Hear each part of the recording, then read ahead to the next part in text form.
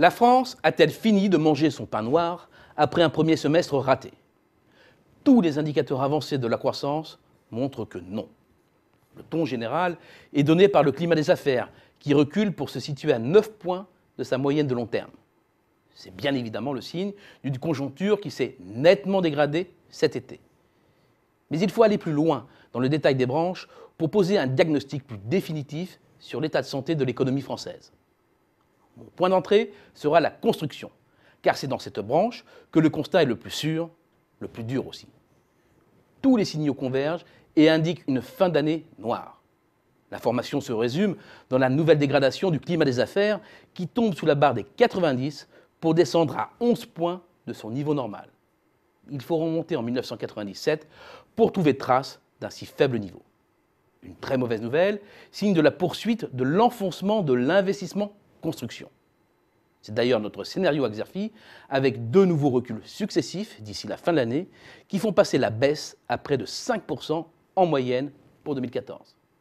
C'est la confirmation que les ménages ont déserté le marché du logement, que les projets de développement des collectivités locales sont ajournés et que les entreprises ne prévoient pas d'étendre leur capacité de production.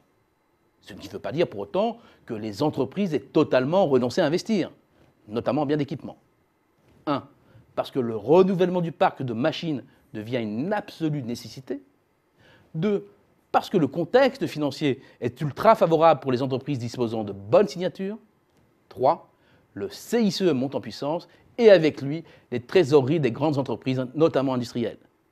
C'est ce que montrent les résultats de l'enquête AFTE-CE Rexecode sur l'évolution des trésoreries d'exploitation des grandes entreprises et des ETI. Elles sont jugées aisées par une majorité de trésoriers et la tendance est à l'amélioration. Cela nous semble suffisant à Xerfi pour entrevoir une reprise de l'investissement en biens d'équipement avant la fin de l'année. Mais elle sera modeste et tardera à prendre corps, et l'année se soldera sur une légère baisse. Une reprise en pente douce, car la demande fait toujours défaut. À l'extérieur, les marchés sont sans tonus, comme le montre l'opinion des industriels sur les carnets de commandes étrangers qui campent en dessous de sa moyenne de long terme. C'est la conséquence de la panne de croissance de la zone euro, une panne durable. Reste l'élément clé qui a fait la croissance au 2e trimestre, la consommation des ménages. Que ce soit les ventes passées qui nous indiquent comment s'est déroulé le mois d'août ou les intentions de commande, un indice sur les prochains mois, les 2 indicateurs plongent. Et une chose nous apparaît évidente, la consommation décroche au 3e trimestre.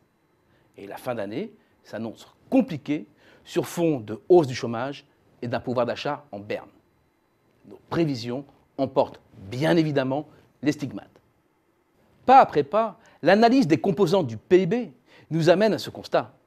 Le PIB sera en recul au 3e trimestre et au mieux à l'arrêt au 4e. Compte tenu des évolutions passées, 2014 ressort à 0,2% seulement, avec en bout de course un acquis de croissance négatif, ce qui hypothèque déjà la performance à attendre pour 2015.